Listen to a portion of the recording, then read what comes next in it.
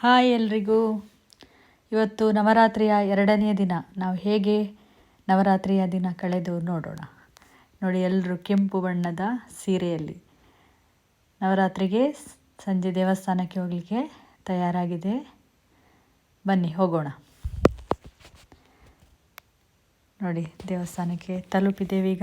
ದೇವಸ್ಥಾನ ಬಹಳ ಚೆನ್ನಾಗಿ ಅಲಂಕೃತಗೊಂಡಿದೆ. ಲೈಟಿಂಗ್ಸ್, ರಂಗೋಲಿ ಹಾಗೂ ದೇವರು ಕೂಡ ಶೃಂಗಾರಗೊಂಡಿದ್ದಾರೆ. ಎಷ್ಟು ಚೆನ್ನಾಗಿ ಕಾಣ್ತಾ ಇದೆ ನೋಡಿ ನವರಾತ್ರಿ ಸಂದರ್ಭದಲ್ಲಿ.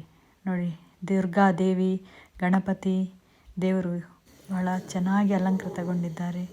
ಬಹಳ ಶಾಂತಿಯುತವಾಗಿ ದೇವಸ್ಥಾನದಲ್ಲಿ ಸಂಜೆಯ ಹೊತ್ತಿಗೆ ದೇವರ ಧ್ಯಾನ, ಸಂಗೀತ,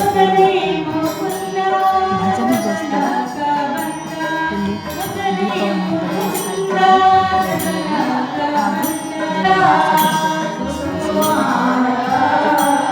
ಭಜನೆಗೆ ಚಾಲನೆಯನ್ನು ನೀಡ್ತಾ ಇದ್ದಾರೆ.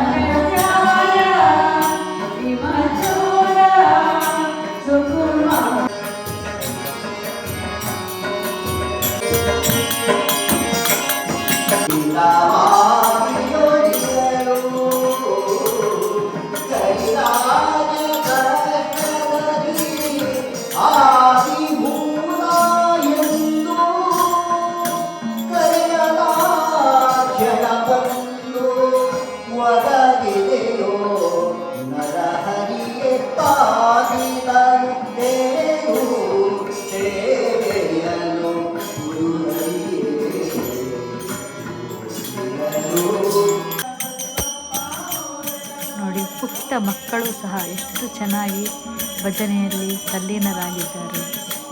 ಬಹಳ ಖುಷಿಯಾಗ್ತದೆ. ಇಂದಿನ ಸೇವಾದಾರರು ಸಂಕಲ್ಪಕ್ಕಾಗಿ ಆಗಮಿಸ್ತಾ ಇದ್ದಾರೆ. ನೋಡಿ, ಫಲಪುಷ್ಪವನ್ನು ದೇವರಿಗೆ ಅರ್ಪಣೆ ಮಾಡ್ತಾ ಇದ್ದಾರೆ.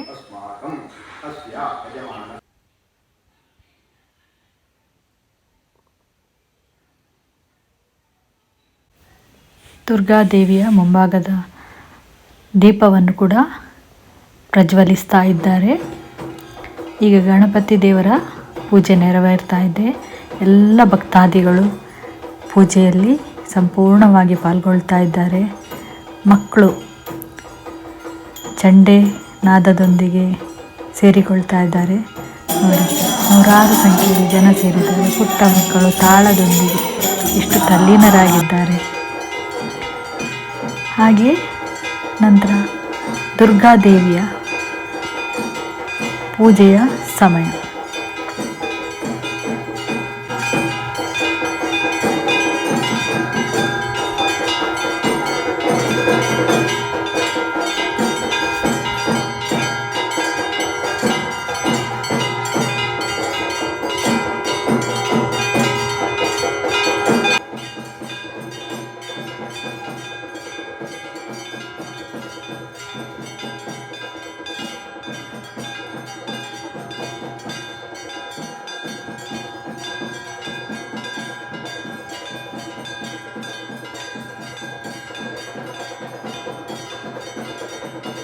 ಶ್ರೀ ದುರ್ಗಾಮಾತೆ ಎಲ್ರಿಗೂ ಸನ್ಮಂಗಳವನ್ನು ಉಂಟು ಮಾಡಲಿ ಅಂತೇಳಿ ಆಶಿಸುತ್ತಾ, ನೋಡಿ, ಅರ್ಚಕರು ಸಹ ಎಲ್ರಿಗೂ ಉತ್ತಮವಾದ ಬೋಧನೆಯ ರೂಪದಲ್ಲಿ ಹಾರೈಸ್ತಾರೆ.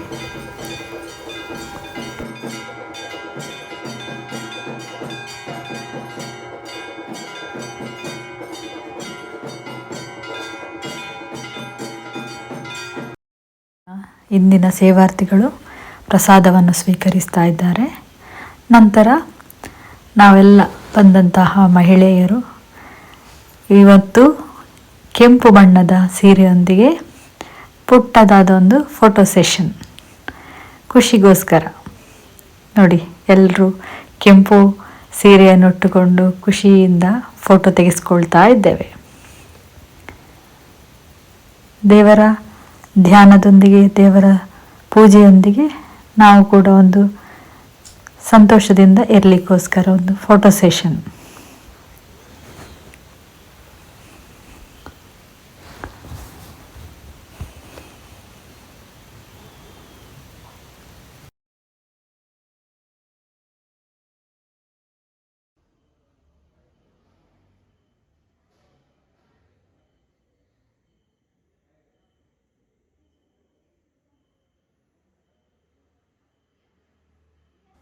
ಎಲ್ಲ ಮರಾಠ ಮಹಿಳೆಯರು ಹಾಗೂ ಇತರರು ಕೂಡ ಸೇರಿಕೊಂಡು ವಿವಿಧ ವಿವಿಧ ಭಂಗಿಯಲ್ಲಿ ಫೋಟೋ ತೆಗೆಸ್ಕೊಳ್ತಾ ಇದ್ದೇವೆ ನೋಡಿ, ಎಲ್ಲ ವಿಧ ವಿಧವಾದ ರೀತಿಯಲ್ಲಿ. ಆಮೇಲೆ ಅನ್ನದಾನ ಇಂದಿನ ಸೇವಾರ್ಥಿಗಳಿಂದ ಇತ್ತು. ಹಾಗೆ ಎಲ್ಲರೂ ಬಡಿಸಿಕೊಂಡು ಊಟ ಮಾಡಿಕೊಂಡು ಬಹಳ ಖುಷಿಯಿಂದ ದೇವಸ್ಥಾನದಿಂದ ಮರಳಿದೆವು. ದುರ್ಗಾದೇವಿಯ ಅನುಗ್ರಹ ಎಲ್ಲರ ಮೇಲೆ ಇರಲಿ ಅಂತ ಆಶಿಸ್ತಾ, bye, see you tomorrow, good night.